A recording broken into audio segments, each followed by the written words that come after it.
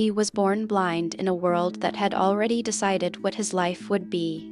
But Stevie Wonder didn't just survive, he revolutionized music, broke every barrier placed before him, and proved that disability wasn't a limitation, it was just a different way of seeing the world. This is the untold story of how one man rewrote the rules for what disabled artists could achieve. Stevie Wonder was born Stevland Morris on May 13, 1950, in Saginaw, Michigan, during a premature birth that left him blind due to retinopathy of prematurity, excess oxygen in his incubator. His parents, rather than accept defeat, made a radical choice. They would raise him like any other child. His mother refused to cuddle him, insisting he learn to tie his shoes, make his bed, and navigate the world independently. This wasn't cruelty, it was the foundation of his extraordinary resilience. By age 2, Stevie had taught himself harmonica.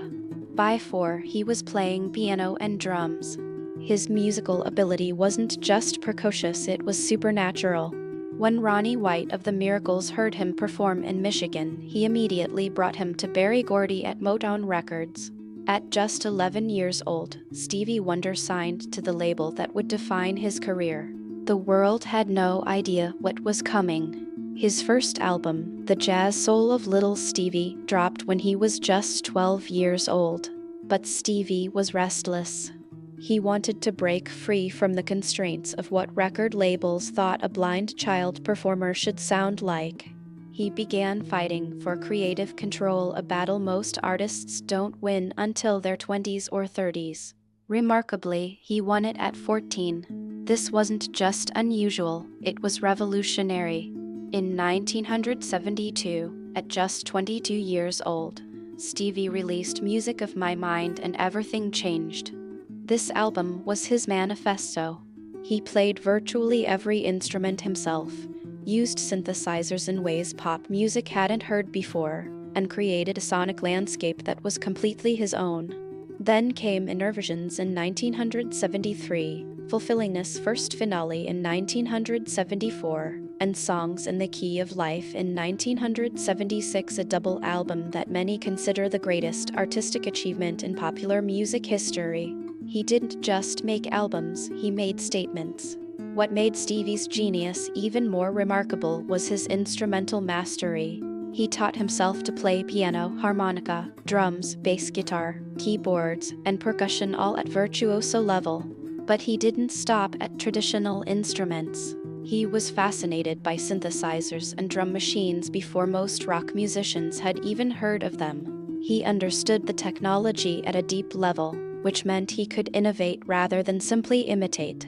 His blindness meant he had to develop an even more sophisticated ear, and he weaponized that advantage. But Stevie Wonder was more than a musician, he was an activist. In 1979, he began fighting to have his birthday, November 25th, recognized as Martin Luther King Jr. Day, a federal holiday honoring the slain civil rights leader. The government resisted. Stevie refused to perform at the Grammys. He embarked on an exhausting campaign that lasted years. In 1983, he won. This wasn't just about a calendar date, it was about power. A blind black artist had changed U.S. federal law through sheer determination. Throughout the 80s and 90s, Stevie continued to evolve.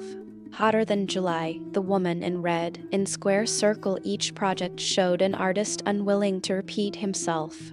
He won 25 Grammy Awards, making him one of the most awarded artists in history. But numbers don't capture his real achievement. He proved that blindness didn't diminish his vision. If anything, it sharpened it. He saw music and the world differently than everyone else, and that difference became his superpower. What truly set Stevie Wonder apart wasn't just his talent, it was his refusal to be defined by limitations. He traveled the world alone, navigated without a cane when he chose to, and demanded to be treated as a full human being, not a curiosity or an inspiration-porn story. He had agency. He had power. He made conscious choices about his image, his music, and his activism. He showed disabled artists everywhere that they didn't have to accept the narrow lanes society tried to carve out for them. His legacy extends far beyond the 30 Grammy Awards, the induction into the Rock and Roll Hall of Fame, or the countless artists he influenced. Stevie Wonder fundamentally changed how the entertainment industry and society viewed disabled artists. He wasn't brave or courageous just for existing while blind. He was brilliant, creative, technically masterful, and politically engaged. The disability was incidental to his genius, and that shift in perspective, subtle as it might seem, changed everything for disabled artists who came after him.